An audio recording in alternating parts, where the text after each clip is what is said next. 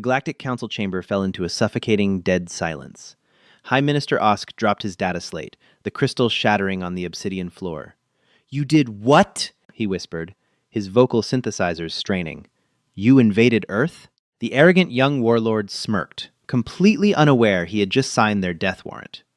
The grand atrium of the Xylar Prime space station was a marvel of interstellar architecture, a soaring dome of reinforced transparent aluminum that offered a breathtaking panoramic view of the Andromeda Galaxy. For 3,000 years, the Galactic Coalition had convened in this very hall to debate trade tariffs, mediate border disputes, and maintain the fragile, delicate peace that governed thousands of star systems.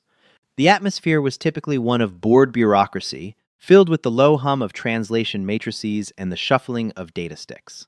That atmosphere evaporated the moment Supreme Commander Vrax of the Kryn Ascendancy stepped up to the central podium. Vrax was a towering figure, a reptilian biped clad in the gleaming, hyperalloyed battle armor of his people. His species, the Kryn, were relatively new to the Coalition.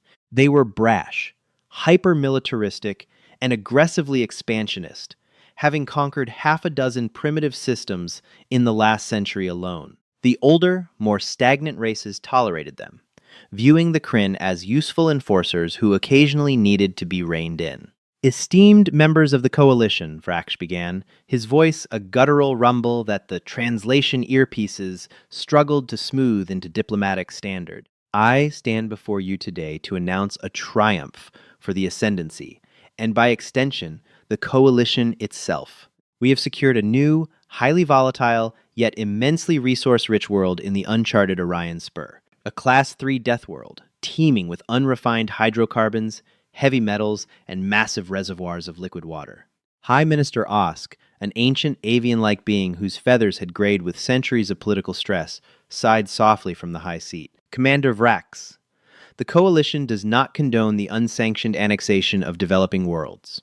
You know the protocols. Has this species achieved faster-than-light travel?" Negative High Minister Vrax scoffed, flashing a row of serrated teeth. "They are entirely system-bound. They possess primitive chemical combustion rockets and rudimentary orbital satellites. A fractured, divided species, fighting amongst themselves over imaginary borders.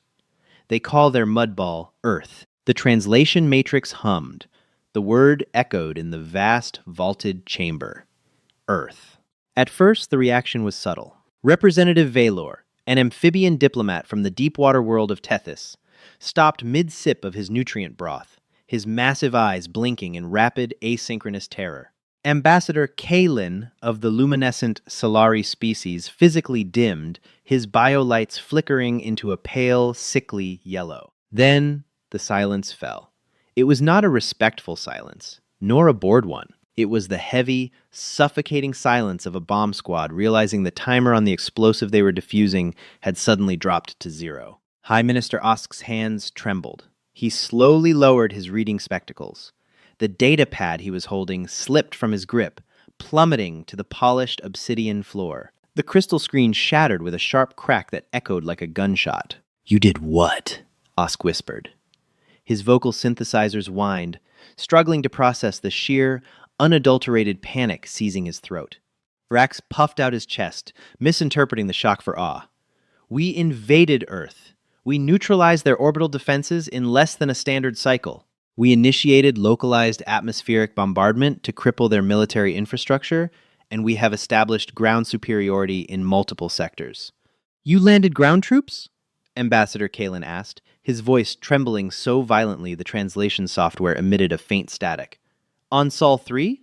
"Of course," Vrax said, crossing his massive armored arms. "We established a beachhead in a region they designate as North America, specifically near a mountain they call Cheyenne. The resistance has been spirited, but ultimately futile against our plasma shielding." High Minister Osk stood up, his knees nearly buckled. He looked out at the assembly, seeing his own horror reflected in the faces of the elder races. The Coalition had kept a secret for over a millennium. There was a reason the Orion Spur was left uncharted. There was a reason the hyperlane beacons in that sector had been deliberately deactivated. "Commander Vrax," Osk said, his voice dropping to a terrifying, deadly calm. "Do you know why the Coalition classified that entire sector of space as a Level 9 quarantine zone?" Vrax blinked, his arrogance faltering for a fraction of a second. I assumed it was due to the hazardous stellar anomalies, the pulsar radiation. It had nothing to do with pulsars, Osk interrupted, his voice echoing loudly. 500 years ago, a coalition surveyor vessel crash-landed on that planet. We observed the dominant species. We analyzed their biology, their history, their psychological profile. Osk keyed a command into his console. The center of the room illuminated with a massive holographic projection of a blue and green sphere. Earth. They are a Class 3 Death World species, Osk continued, his voice echoing in the dead silent chamber. Do you understand what that means, Vraksh? Most life in the galaxy evolved in stable, harmonious environments. We evolved to cooperate, to build, to share. The humans of Earth evolved in an ecological crucible of constant, unending violence. Their planet actively tries to kill them with tectonic ruptures, atmospheric vortexes, and microscopic pathogens. And they didn't just survive it. They conquered it. Vrax scowled. They are primitives. Their weapons are projectile-based. They throw metal at each other. Yes, Osk said softly. They are primitives who split the atom before they even invented a unified planetary government. They are a species that weaponize the fundamental forces of the universe just to win a localized territorial dispute. We quarantined them not because they were weak, Commander. We quarantined them because we calculated that if they ever unified, if they ever looked up at the stars and found a common enemy, they would burn the galaxy to the ground. Osk leaned forward, his ancient eyes locking onto the young warlord. Tell me exactly what you have done. Vraksh's pride flared, a defensive posture compensating for the sudden cold spike of dread in his gut. He activated his own bracer, projecting tactical battle data into the center of the Grand Atrium. The High Minister exaggerates, Vraksh sneered, though his voice lacked its previous booming confidence. The Kryn military is the most advanced in the sector. I will show you. 2 weeks ago, our vanguard entered the Sol system. We initiated a standard pacification protocol. The hologram shifted, displaying a swarm of sleek, silver Kryn dreadnoughts breaking out of hyperspace near the orbit of Earth's moon. We targeted their communication and defense satellites, Vrax explained, a synchronized high-altitude electromagnetic pulse, standard procedure. We expected their civilization to collapse into immediate anarchy within 72 hours, begging for our intervention. And did they? Representative Valor asked, his amphibious skin secreting a nervous, toxic mucus. Vrax hesitated. No. The disorganization was remarkably brief. It appears their military structure, particularly within the region known as the United States, possesses extensive analog fallbacks, but their communicators were blinded. We commenced the orbital drop. The hologram showed thousands of drop pods streaking through Earth's atmosphere like a deadly meteor shower, aimed squarely at the North American continent. We targeted a primary military installation buried beneath a mountain, Vrax said, the hologram zooming in on the rugged, snow-capped peaks of the Colorado Rockies, Cheyenne Mountain Complex. Our intelligence indicated it was a nexus of their defensive capabilities. I led the ground assault myself. As the visual data began to play, the council members leaned in, horrified fascination gripping them. The footage was recorded from Vrax's own helmet cam. The Kryn drop pod slammed into the earth, throwing up massive plumes of dirt and vaporized snow. The heavy doors of the pods blew off with explosive force, and 3,000 elite Kryn shock troopers marched out into the freezing, thin air of the Rocky Mountains. They were equipped with class, 4 personal energy shields, shimmering blue fields, designed to effortlessly deflect standard energy weapons, plasma bolts, and thermal lances. The area was silent, Vrax narrated, though the raw audio from his armor feed played simultaneously. The wind howled through the pines. There was no sign of the human military, no energy signatures, no thermal bloom from plasma batteries. Then the tree line erupted. It wasn't a sophisticated high-tech energy barrage. It was a deafening, terrifying roar of explosive chemical propellants. What is that? Ambassador Kalen gasped as the hologram showed Kryn soldiers suddenly being ripped backward, their shimmering blue shields strobing erratically before shattering entirely. Kinetic impactors, Vrax said, his voice tight. As I said, they throw metal, but we miscalculated the physics. High Minister Osk closed his eyes. Energy shields operate on the principle of thermal dispersion and energy absorption.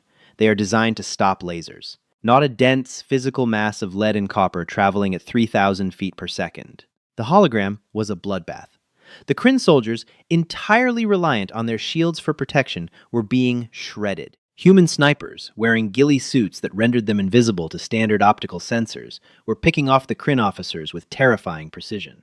"We tried to return fire," Vrax growled. The hologram showed Kryn plasma rifles firing blinding streams of superheated gas into the forest. Trees ignited, rocks melted, but the humans didn't retreat. They used the terrain. A human figure dashed across the visual feed, diving behind a rocky outcropping. The armor's targeting computer desperately tried to lock on, identifying the combatant. The name Sergeant David Kessler flashed on the screen, a tag pulled from a captured human database. Kessler wasn't carrying a high-tech rifle. He was carrying a metal tube. He hoisted it onto his shoulder, aimed, and fired. An FGM-148 Javelin anti-tank missile shot into the sky, arcing upward before plummeting directly onto the top of a Kryn heavy walker. The warhead bypassed the thick frontal armor, striking the weaker top plating. The explosion was catastrophic, sending alien shrapnel raining down on the snow. "They are barbarians," Vrax spat, trying to justify the slaughter shown on the screen. "They don't fight with honor, they don't form battle lines, they use the mud, the cold, the darkness. And their leaders. They are utterly ruthless." The hologram shifted to a tactical map of the region. We realized the mountain base was a fortified fortress, yes, but the human military forces hadn't retreated inside. They had drawn us out. We intercepted a localized, hardwired communication from a human commander, General Arthur Pendleton. Vrax paused, looking directly at High Minister Osk. "We surrounded their remaining forces in a valley. We had orbital supremacy. I demanded their surrender. I told General Pendleton that if they did not yield, I would glass the entire mountain range." "And what was his response?" Osk asked, dreading the answer. Vrax pulled up the audio file. The council atrium echoed with a voice deep, raspy, laced with static, and the distinct, terrifying cadence of a Terran who had absolutely nothing left to lose. "Alien Command, this is General Arthur Pendleton of the United States Northern Command. You're sitting in a bowl, entirely surrounded by elevated terrain. You brought plasma to a kinetic fight, and you underestimated our willingness to burn our own house down just to catch you in the fire. We don't surrender. We endure. Pendleton out." "We didn't understand the transmission," Vrax admitted quietly, "until their radar signatures appeared. Not from the ground, from the air." The tactical map showed a squadron of F-22 Raptors, obsolete primitive atmospheric fighters by coalition standards, screaming through the valleys. Flying so low, they were entirely beneath the Kryn anti-air radar net. The human pilots weren't firing missiles. They were dropping payloads. "They dropped tactical nuclear munitions," Vrax said, his voice finally breaking, revealing the sheer trauma beneath his bravado. 2 B-61 nuclear bombs within their own borders, on their own soil, just to wipe out our landing zone. The video feed went blindingly white. The sound of the detonation in the atrium was heavily muffled by the safety protocols, but the visual of the mushroom cloud rising over the Rocky Mountains was unmistakable. 3,000 of my best soldiers vaporized in a microsecond, Vrax whispered. "I only survived because I was in the command dreadnought in the upper atmosphere. But we still hold the orbit. We have the high ground." Osk slowly shook his head, looking at the Kryn warlord with profound pity. "You fool. You absolute, arrogant fool." "We crippled them!" Vrax shouted, his pride flaring again. "We hit the facilities of Lockheed Martin, Raytheon, Boeing. We destroyed their manufacturing." "You destroyed their factories," Osk corrected sharply. "You didn't destroy their engineers. You left advanced Kryn technology, shattered walkers, dead shock troopers, plasma rifles scattered across a planet populated by the most aggressive, adaptable, and brilliant reverse engineers in the known universe." Osk stepped down from his podium, walking slowly toward the shivering warlord. "They now have working samples of FTL drives from your downed dropships," Osk said, his voice a grim death knell for the galaxy. "They have plasma coils. They have energy shielding tech. And thanks to you, they now know 2 things they didn't know a month ago." Osk leaned in close. "They know they are not alone in the universe. And they know the universe is hostile." Osk turned to the rest of the silent, terrified council. Prepare the core worlds for total mobilization. May the Creator have mercy on us all, because humanity will not. Deep beneath the sun-scorched expanse of the Nevada desert, an underground facility hummed with a frantic, caffeinated energy. The sprawling subterranean complex, known officially as Site R7, had been jointly commandeered by the Department of Defense and the brightest minds plucked from the private sector. The air smelled of burnt ozone, stale coffee, and the metallic tang of alien blood. General Arthur Pendleton stood on the central observation gantry, his uniform rumpled, a half-chewed unlit cigar clamped between his teeth. He stared down at the massive, floodlit hangar bay below. It looked less like a military base, and more like the world's most chaotic chop shop. Spread across the reinforced concrete floor were the shattered remains of the Kryn ground assault.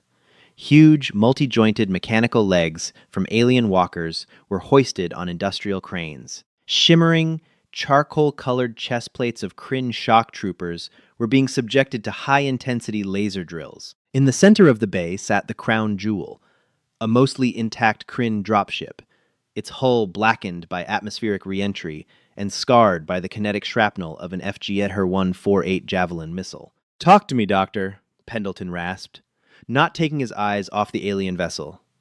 "Tell me we aren't just banging rocks against a titanium wall." Dr. Nathaniel Reed, the eccentric and heavily sleep-deprived head of DARPA's Special Access Programs, leaned against the gantry railing. He rubbed his bloodshot eyes, a datapad clutched tightly in his other hand. "General, it's not titanium. It's an isodymium alloy, forged in a microgravity environment," Reed said, his voice hoarse. "But that's not the fascinating part. The fascinating part is how incredibly, mind-bogglingly stupid their engineering is." Pendleton turned his head, raising an eyebrow. "Stupid? They crossed interstellar space and wiped out our satellite grid in an afternoon. They have better toys, yes," Reed corrected, waving the datapad. "But their fundamental understanding of physics is entirely reliant on brute force. They discovered a highly energetic exotic power source, likely a stable isotope of element 115, and they just shove it into everything. Their plasma rifles? Just crude magnetic bottles venting raw energy. Their walkers? They don't use gyroscopic stabilizers or dynamic fluid hydraulics like Boston Dynamics uses for our terrestrial robotics. The Kryn just pump massive amounts of power into localized gravity nullifiers to keep the damn things upright." Reed pulled up a schematic on the nearest monitor displaying a wireframe of the Kryn dropship. "And their computer architecture is a joke. They don't use AI, they barely use predictive algorithms. We plugged a heavily modified Palantir data mining suite into their nav computer, and it sliced through their encryption in 47 minutes. It's like hacking a toaster. They've never had to develop advanced software because their hardware is virtually indestructible." "But it's not indestructible," Pendleton noted, a grim smile touching his lips. "We proved that in Colorado." "Exactly," Reed said, tapping the screen. "We shattered their energy shields with kinetic force. Their shields are designed to absorb thermal and radiation-based attacks, lasers, plasma, particle beams.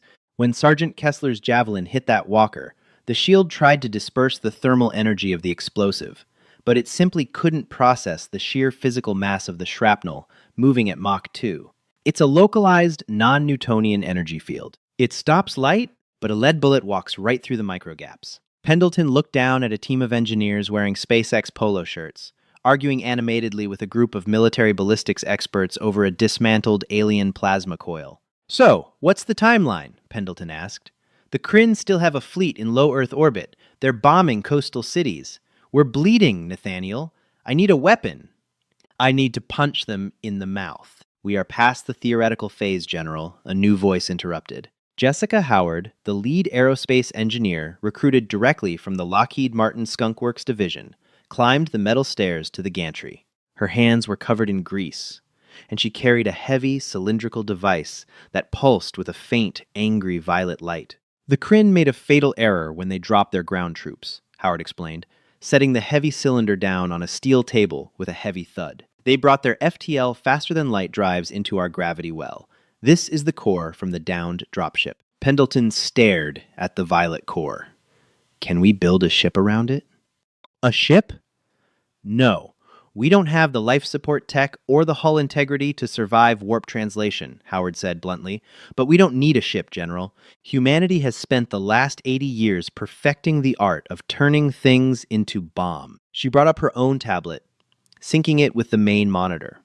A schematic appeared, showing a sleek, towering rocket. This is a modified SpaceX Starship, currently sitting on the pad at Vandenberg Space Force Base, Howard said. We've stripped out the cargo bay, the life support, and the recovery systems. We are replacing the payload with the Kryn FTL core. Pendleton frowned. You want to ram them with a rocket? Not exactly, Dr. Reed chimed in, catching on to Howard's brilliant, terrifying logic. General, FTL travel works by tearing a localized hole in spacetime and slipping the vessel into a subdimension. The energy required to initiate that tear is astronomical.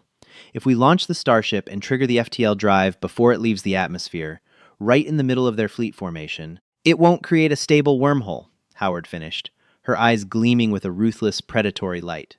Without the proper exotic matter containment fields, which we deliberately removed, the FTL core will suffer a catastrophic spatial cascade. It will forcibly fold spacetime in a 5-mile radius into a singularity for about a nanosecond, and then violently expand. Pendleton stared at the two scientists. The sheer audacity of the plan was staggering. The aliens had brought the secrets of the universe to Earth, and humanity's immediate instinct was to weaponize the engine block. A warp bomb, Pendleton whispered. A localized, artificial black hole, followed by a relativistic shockwave, Howard corrected. It will bypass their thermal shields entirely. It will rip their command dreadnought apart at the molecular level. Pendleton looked back down at the hangar, at the hundreds of humans working tirelessly, fueled by rage, grief, and an unyielding will to survive. He turned back to Howard. Load the core, Pendleton ordered. Let's show these bastards why you don't pick a fight with a death world. In low Earth orbit, 300 miles above the burning blue marble, the Kryn Command, Dreadnought Vanguard of Ascension, hung in the silent vacuum. Its massive silver hull was bristling with plasma batteries and heavy thermal lances, though they currently sat idle. Supreme Commander Vrax paced the length of the obsidian command bridge, his heavy armored boots clanking against the deck plates. Through the massive, transparent aluminum viewport, he could see the swirling white clouds of Earth's atmosphere, punctuated by the angry, glowing red scars of localized orbital bombardments. Status of the surface compliance? Vrax barked, his voice tight. Subcommander Krell, a younger, slightly smaller Kryn officer, flinched at the console. Compliance is negative, Supreme Commander. We have flattened 3 of their major coastal population centers. We have broadcast our demands on all primitive radio frequencies. But they are not responding.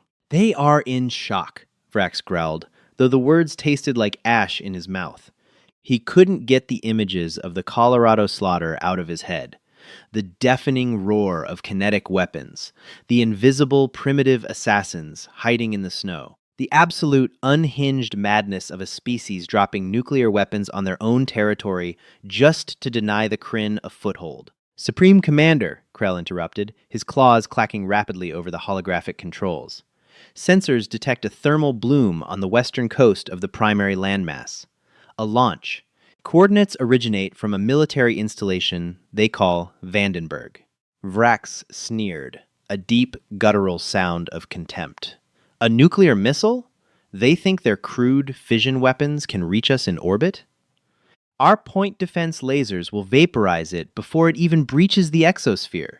Let it approach, then destroy it. Let them watch their hope burn. On the tactical display, a solitary red icon began a slow, steady ascent from the planet's surface. It wasn't moving with the hypersonic snap of a military ICBM. It was moving with the lumbering, heavy thrust of a massive chemical rocket. Down on Earth, at the Vandenberg Space Force Base, the ground shook violently. The modified SpaceX Starship, painted entirely in radar-absorbent matte black, tore into the California sky on a pillar of blinding, controlled fire.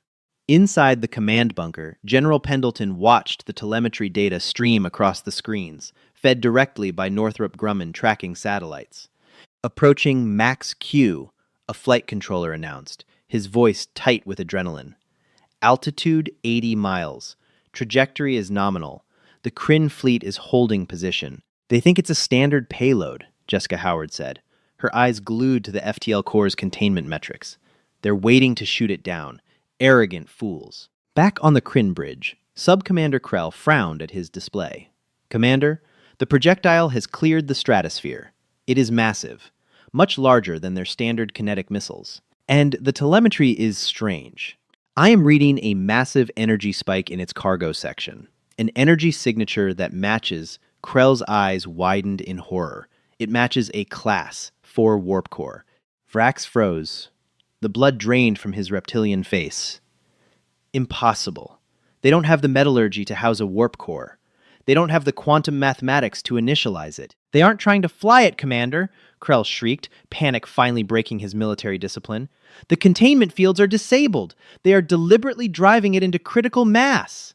It's a spatial rupture weapon. Fire all batteries, Vrax roared, lunging toward the viewport.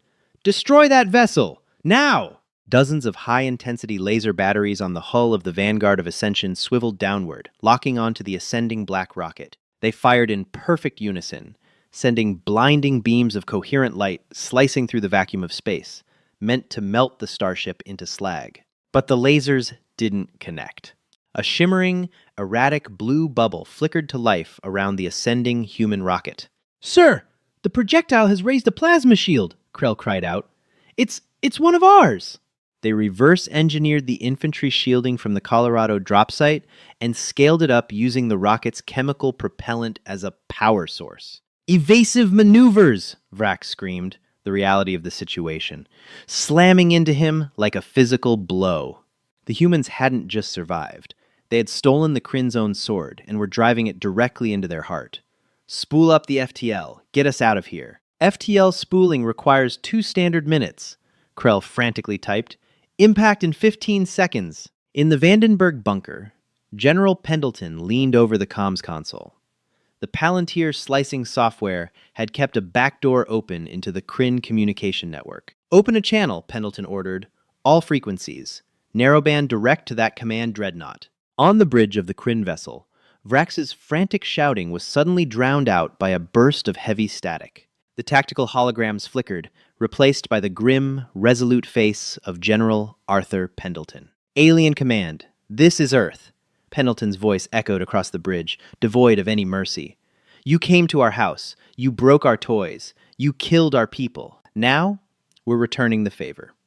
Welcome to the Orion Spur. The transmission cut out. Through the viewport, Vrax saw the black rocket breach the final layer of the exosphere. It was only 5 miles away. Inside the nose cone of the starship, the stolen Kryn FTL core reached critical mass. The detonator, a crude but highly effective explosive charge designed by the engineers at Los Alamos, shattered the remaining stabilizing rings. Space itself screamed. There was no fire. No concussive shockwave. In the vacuum of orbit, the explosion was an anomaly of physics. A sphere of absolute light-consuming darkness expanded outward at relativistic speed. It engulfed the Vanguard of Ascension and 4 adjacent Kryn cruisers. For a fraction of a millisecond, the incredibly dense molecular structure of the Kryn dreadnought was stretched across 5 different dimensions. Then, as space-time violently snapped back into place, the ships simply ceased to exist. They didn't blow up. They were shattered into a cloud of subatomic dust, glittering faintly against the backdrop of the stars. On Earth, a cheer erupted in the Sidar 7 bunker that shook the concrete walls. Engineers wept, military brass hugged, and Jessica Howard slumped into a chair, letting out a breath she felt she had been holding for weeks. General Pendleton didn't celebrate.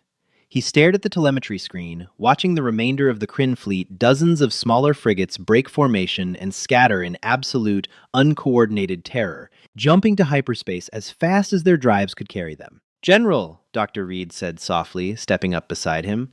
We did it! We broke their spine! We won the battle, Nathaniel, Pendleton corrected, his eyes narrowing as he looked at the star map displaying the known galaxy pulled from the alien nav computer. But they broadcast our coordinates before they died. The whole galaxy knows we're here now. Pendleton pulled the unlit cigar from his mouth and tossed it into a nearby waste bin. Get the salvage teams to whatever pieces of the fleet rained down in the Pacific, Pendleton ordered, his voice echoing with cold determination. We know how their engines work. We know how their shields work. Now, we build our own ships. It's time to take the fight to them. 6 standard months had passed since the catastrophic failure of the Kryn invasion of Earth. The grand atrium of the Xylar Prime space station, once a place of bored bureaucratic posturing, was now a nexus of unending, frantic panic. The air was thick with the pheromones of fear from a dozen different species. High Minister Osk looked out over the sea of terrified diplomats, his ancient avian eyes heavy with an exhaustion that sank all the way to his hollow bones. The Kryn ascendancy, the undisputed military heavyweight of the Galactic Coalition, was collapsing in real time. "They have bypassed the Aegis defense line," shouted Ambassador Kalen, his luminescent Silari biolights flashing a violent, panicked crimson. The human armada didn't even engage the outer Kryn blockades. They used localized FTL microjumps to skip directly past the defensive perimeters. "They are in the Kryn home system." "How?" demanded Representative Valor, slamming his webbed hands on his desk. "It takes decades to build a deep space armada. How did a primitive, system-bound species accomplish this in 6 months?" Osk keyed a command into his console, pulling up a deeply classified intelligence report gathered by stealth drones. "They didn't build a traditional armada," Osk said, his voice echoing with grim finality. "They didn't waste time designing elegant, atmospheric-capable cruisers. They weaponized their existing logistical infrastructure. They took their massive, ocean-faring aircraft carriers and cargo freighters, sealed them, reinforced the hulls with carbon nanotube plating manufactured by a corporate entity known as General Dynamics, and strapped reverse-engineered FTL drives to the back. The center of the atrium flickered to life, displaying a horrifying visual. It was a human vessel, but it possessed none of the sleek silver symmetry of Coalition ships. It was an ugly, brutalist leviathan of dark gray steel and exposed wiring. It was the USS Oppenheimer. It bristled with automated railgun turrets designed by Anduril Industries and was propelled by a massive, jury-rigged plasma thruster array stamped with the fading logo of Blue Origin. "They don't fight to conquer," Osk whispered, watching the footage of the human dreadnought tearing a Kryn heavy cruiser in half with a barrage of hypervelocity tungsten slugs. "They fight to industrialize. They are stripping the Kryn outer colonies of raw materials, feeding them directly into automated orbital forges, and spitting out more ships. Their military-industrial complex has achieved exponential self-replication." Suddenly, the deafening wail of the station's proximity alarms shattered the debate. The lighting in the grand atrium flashed a harsh, strobing red. "High Minister!" The station's AI voice echoed over the intercom, stripped of its usual pleasant cadence. "Warning. Massive spatial rupture detected. Danger close. Sector 1. Right outside the primary observation dome." Every head in the atrium snapped toward the soaring, transparent aluminum viewport. Space itself seemed to tear open, bleeding a violent, angry violet light. The Coalition delegates screamed and scrambled backward as a monstrous angular silhouette breached the quantum tear, sliding into real space with terrifying silence. It was the USS Oppenheimer. It dwarfed the Xylar Prime space station, casting a long, cold shadow over the grand atrium. Its massive kinetic railguns slowly pivoted, locking directly onto the diplomatic dome. "They found us!" Ambassador Kalen sobbed, dropping to his knees. "The Deathworlders have come to execute the Council." "Hold your ground!" Osk commanded, though his own feathers were trembling violently. "If they wanted us dead, they would have dropped a warp bomb into the station's core. They want us to see them." The primary communication console on Osk's podium flared to life. The encryption algorithms of the Coalition, designed to withstand centuries of cyber warfare, were bypassed in less than 3 seconds by a human data slicing suite. The holographic projector in the center of the room stabilized. Standing before the terrified leaders of the galaxy was not a blood-soaked barbarian, but a man in a crisp, dark blue naval uniform. His posture was rigid, his expression entirely devoid of emotion. "Attention, Galactic Coalition," the man said, his voice booming through the atrium's translation matrices in perfect, unaccented universal standard. "I am Admiral Jonathan Ford of the United Earth Defense Directorate. I speak on behalf of General Arthur Pendleton and the unified governments of Terra." The silence in the room was absolute. Even the breathing of the delegates seemed to stop. 6 months ago, a rogue faction belonging to your coalition invaded our sovereign territory, Admiral Ford continued, his cold, calculating gaze sweeping across the room. They caused trillions of dollars in infrastructural damage. They killed over 300,000 of our citizens. By the fundamental laws of your own governing charter, which our AI extracted from your databanks, the coalition is liable for the unprovoked aggression of its member states. Ford reached out, tapping a command on his unseen console. A massive, heavily encrypted data packet was downloaded directly into every diplomat's datapad simultaneously. What is this? Representative Valor asked, staring at the dense, legalistic text flooding his screen. It is an invoice, Admiral Ford said plainly, and a treaty of unconditional surrender. The Kryn ascendancy has been dissolved. We have annexed their shipyards, their mining colonies, and their entire FTL network. Furthermore, as compensation for damages incurred, humanity is claiming the entire Orion Spur as an exclusive economic exclusion zone. High Minister Osk stared at the hologram in sheer, unadulterated shock. The humans hadn't come for genocide. They had come with lawyers, corporate backing, and the most terrifyingly pragmatic military force in galactic history. They had weaponized bureaucracy. Admiral Ford, Osk stammered, trying to regain some semblance of diplomatic authority. You cannot simply annex a tenth of the known galaxy. The coalition will not ratify this. We are not asking for ratification, High Minister, Ford interrupted, his voice dropping an octave laced with the predatory undertone of a species that had clawed its way to the top of a death world. We are offering you a one-time opportunity to avoid a hostile corporate takeover. We have mapped your trade routes. We have targeted your agricultural worlds. If you reject this treaty, we will not destroy your planets. We will blockade them, crash your economies, and buy your star systems for pennies on the dollar. Ford leaned forward, his massive holographic projection looming over the trembling council. You classified us as a quarantine zone, Ford whispered, a cold, terrifying smile finally touching his lips. You should have built a bigger fence. Sign the treaty, or we will start collecting our debt in blood and titanium. Ford out. The hologram vanished. The massive human dreadnought outside the window held its position, its railguns humming with lethal, silent promise. High Minister Osk slowly picked up a stylus with trembling hands. The galaxy no longer belonged to the coalition. Humanity had arrived, and they were open for business. And that is how humanity didn't just survive an alien invasion, but turned it into the most aggressive corporate military takeover the galaxy has ever seen. When you push a death world to the brink, you don't get peace. You get an invoice delivered by a dreadnought. What did you think of Admiral Ford's ultimate power play? Drop a comment below with your favorite moment. If you loved this HFY sci-fi drama, please smash that like button, share it with your friends, and subscribe for more epic stories. Hi, my name is Tran Trung, the owner and manager of Palace Truths.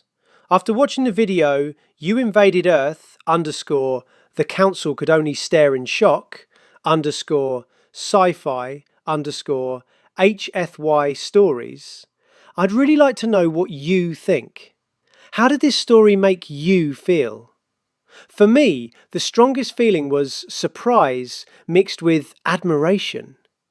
One of the things I enjoy most about HFY stories is seeing expectations turned upside down, especially when a situation that seems completely understood suddenly reveals a much bigger picture. Those moments make you rethink everything that came before. A gentle lesson I took from this story is that assumptions can be powerful, but they can also be misleading. Taking the time to understand another perspective often changes how we see a situation. In everyday life, that can mean listening a little more carefully before jumping to conclusions.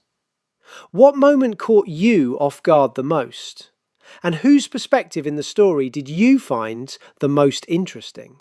Thank you for spending time with Palace Truths. If this story gave you something to think about, feel free to share your thoughts in the comments and maybe like or subscribe for more HFY stories and sci-fi adventures.